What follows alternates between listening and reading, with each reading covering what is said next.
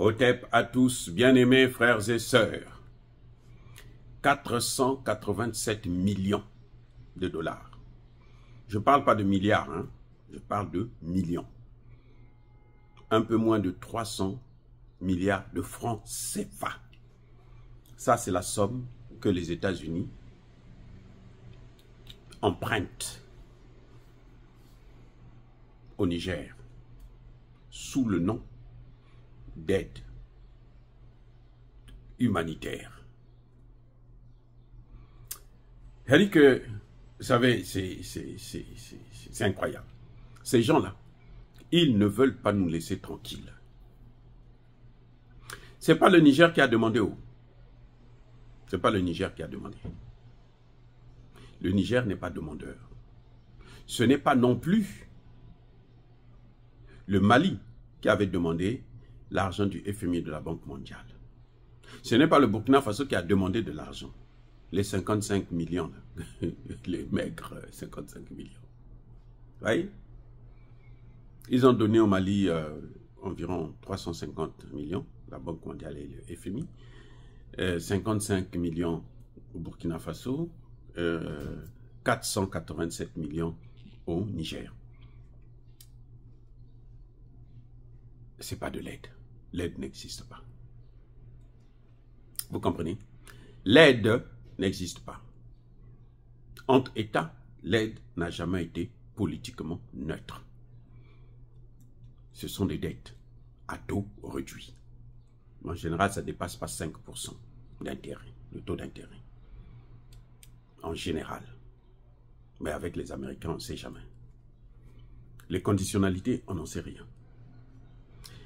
Vous voyez, après 60 ans d'indépendance, les Américains se réveillent pour dire que non, oh, il y a un problème d'éducation, d'agriculture, de santé au Niger. Ah bon? Mais qui leur a dit ça? Ils savaient ça avant et ils n'ont pas soutenu le Niger, ou bien c'est maintenant seulement qu'ils ont su. Ce que vous voyez qu'ils donnent là, ce n'est même pas ce que le Niger a dépensé pour la présence militaire américaine au Niger pendant 1 an. Ils sont là depuis 10 ans. Attendez, non. Je veux bien m'expliquer. C'est-à-dire que le Niger a aidé les États-Unis pour s'installer au Niger. Le Niger a pris en charge les frais, des taxes, des vols, de machin, de parking des avions militaires et autres au Niger. C'est le Niger qui payait. Lorsque Barkhane traverse le Niger, Barkhane massacre des pauvres enfants. Hein? Eux qui aiment eux qui protègent les droits de l'homme. Oh. Vous vous souvenez du rapport de Human Watch pour les enfants que les gens de Barkhane avaient massacrés? Si vous avez ce rapport-là, envoyez-le moi, je veux le lire. Non? Ah non, là, c'est pas... Ça, c'est tout à fait normal, puisqu'ils ont la licence de tuer, le droit de tuer, le droit de vie et de mort sur nous. Oui. Mais quand il y a quelqu'un qui se bat pour sa souveraineté, pour sauver son peuple, il vient dire non, vous n'êtes pas en train de les sauver. Nous, on les aime mieux que vous. Donc, vous mettez-vous de côté, nous, on va les sauver. Et on vient, on les tue encore plus. 87 plutôt, millions de dollars. Le communiqué du Niger était clair. Le Niger payait des milliards de francs CFA chaque année pour les vols, pour payer les factures de la présence de militaires américains sur leur sol. Sans compter les matières premières qu'ils pillaient. Bon, ça, c'est pas la peine. Vous voyez à quel point on est en train de se moquer de nous.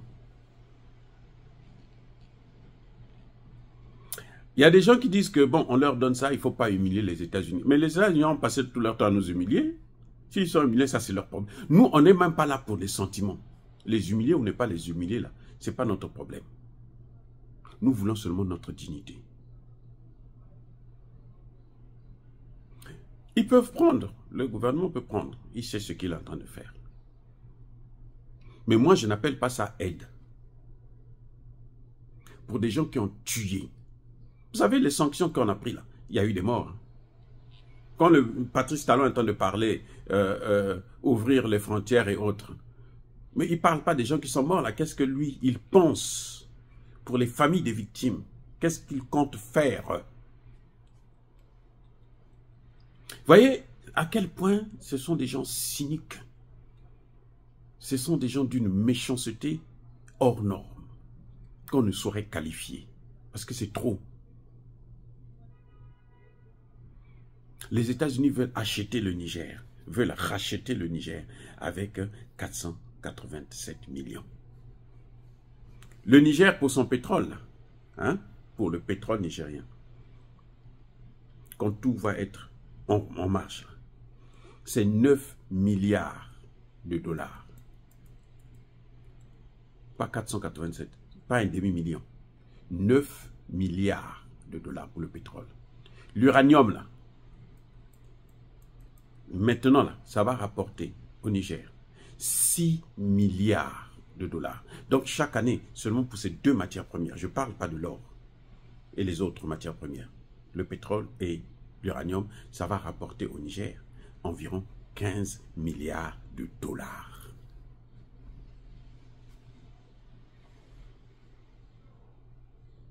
Vous comprenez ce que je veux dire par là?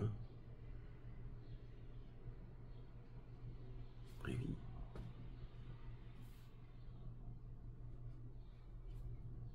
15 milliards de dollars. Ça fera plus de, comment dirais-je,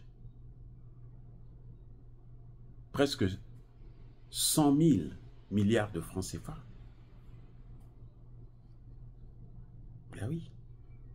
Donc, vous voyez, le Niger n'a pas besoin de ces maigres 487 millions. Oui, c'est difficile en ce moment. Mais la partie la plus dure, là, le Niger l'a traversée déjà. Je dis bien, le plus difficile, là, est déjà derrière nous. Ce qui était plus difficile, c'était quand il y avait les sanctions, on avait tout bloqué. Et on ne savait même pas, on n'avait même pas des armes. Aujourd'hui, on est équipé pour mener la guerre contre le terrorisme. Et on est en train de la mener. Et on est en train de la gagner. Et les terroristes, maintenant, ont chaud aux fesses. Ils ne savent même plus où s'asseoir. Si vous savez, si vous les voyez maintenant venir déposer les armes, sans qu'on leur demande, c'est parce qu'ils savent que la voilà, ils ne peuvent pas réussir encore, c'est fini. Parce qu'ils ont été coupés. Et les mêmes qui sont en train de, quand ils vous donnent, c'est la carotte et le bâton. Il vous donne la carotte à manger, il a le bâton pour vous taper sur la gueule, vous casser les dents. Vous allez manger les carottes avec quoi? Parce que si les Américains étaient sérieux, ils n'allaient pas quitter le Niger pour aller en Mauritanie et en Côte d'Ivoire. Et vous voyez à quel est le mépris qu'ils ont. C'est-à-dire pour installer leur base. Ils n'envoient même pas le ministre de la Défense. Ils envoient un général d'armée qui contrôle une base militaire. C'est lui qu'on envoie pour venir intimider, influencer, dominer nos chefs d'État. Bon, vous allez me dire que c'est Alassane Ouattara, mais c'est quand même un chef d'État africain. Donc quand on est en train de l'humilier là, c'est nous qu'on est en train d'humilier. Par qui? Par un noir. Et eux, là-bas, ils sont en train de rigoler par terre. Oui. On a beau critiquer Alassane Ouattara, je suis parmi les premiers. Mais je n'accepterai pas qu'un étranger vienne l'humilier. Parce que notre seulement, c'est notre président, c'est notre père aussi. Nous critiquons sa politique. Nous ne sommes pas d'accord avec ce qu'il est en train de faire. Mais il nous appartient à nous. C'est notre parent à nous, pas à eux. Donc, quand on ne daigne même pas envoyer, ne serait-ce que le ministre de la Défense, c'est la 4e personnalité du gouvernement américain. Même lui, on n'envoie pas, on envoie un général. Vous avez déjà vu de tels mépris? Vous vous rendez compte à quel point on se moque de nous? Donc, quand il vous amène 300, 400, un peu moins de 500 millions, un demi-million de dollars, c'est pour faire quoi? Ça va sauver l'éducation qu'ils ont déjà massacrée? Parce que même le système éducatif, c'est ça qu'il faut changer justement. Le système éducatif là, il faut le changer. Cet argent ne sert pas à développer le Niger. Cet argent sert à contrôler le Niger. C'est à toujours avoir comment il faut faire pour avoir un pied à terre. Être toujours dedans présent.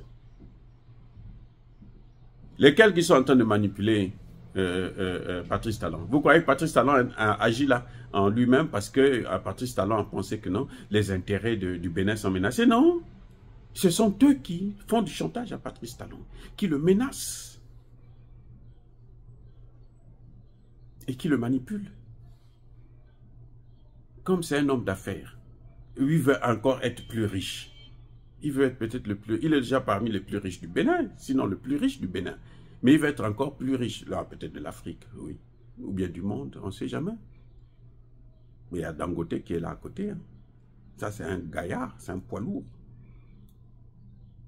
Non, je crois que le Niger doit prendre ses responsabilités. Le Mali doit prendre ses responsabilités, le Bénin doit prendre ses responsabilités. Tout ce que vous êtes en train de voir là, toutes ces manigances-là, ont un seul but. Empêcher à ce que ces trois pays puissent sortir du CFA. Le CFA rapporte à la France 25% de son putain de PIB de merde. C'est l'équivalent de 750 milliards d'euros chaque année. Le franc CFA. Attendez, vous n'avez pas bien compris. J'ai dit, hein, le franc CFA, 25% du PIB français. Les Français, là, ils payent une partie aux Américains pour maintenir le dollar en vie. Donc, si les trois pays la sortent, ça va faire effet boomerang, boule de neige. Donc, tout le monde, petit à petit, d'autres pays vont suivre. Tout faire pour empêcher à ce que ces pays puissent sortir de la zone. C'est pour ça que nous prions, nous pleurons, nous crions. Oh, sortez-nous cette monnaie. Sortez de cette zone. Le Zimbabwe l'a fait, il n'y a rien qui est arrivé. Le Zimbabwe n'est pas mort. Le Zimbabwe, sa monnaie là, est basée sur l'or. Même pas sur les devises étrangères, sur l'or. Enfin, il prend les deux, mais d'abord sur l'or. C'est pour ça qu'on appelle ça Zimbabwe Gold.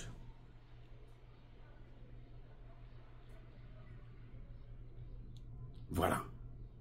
Oh, bien-aimés frères et sœurs, le gouvernement du Niger, nous leur faisons confiance, mais il faut faire très attention. Et il faut aller plus vite avec la construction de l'AES. C'est l'avenir de tout un continent. Vous avez accepté, vous avez choisi de prendre ce bâton du pèlerin, laissé par vos ancêtres, les Thomas Sankara, les Patrice Lumumba, les Olympio et tout le reste. Vous-même, c'est vous qui avez accepté. Ce n'est pas nous qui, on n'est pas parti vous chercher. Vous-même, vous avez dit, nous, on va maintenant prendre le relais. Alors, allez-y de l'avant. Parce que la jeunesse vous regarde. Vous avancez, nous avancerons avec vous. Vous vous arrêtez, on s'arrête. Si vous reculez, on vous abat. Que ce soit clair et net. Soyez bénis, abondamment bénis. par le Dieu des Kémites et par nos ancêtres angélisés, mais que tous ceux qui persécutent le continent africain le pillent et le déstabilisent, qu'ils soient noirs, blancs, chinois, arabes, juifs, indiens ou qui qu'ils soient punis, maudits, foudroyés, neutralisés, écrasés, effacés par le Dieu des Kémites et par nos ancêtres angélisés. Vive l'Afrique éternelle, j'ai dit et j'assume.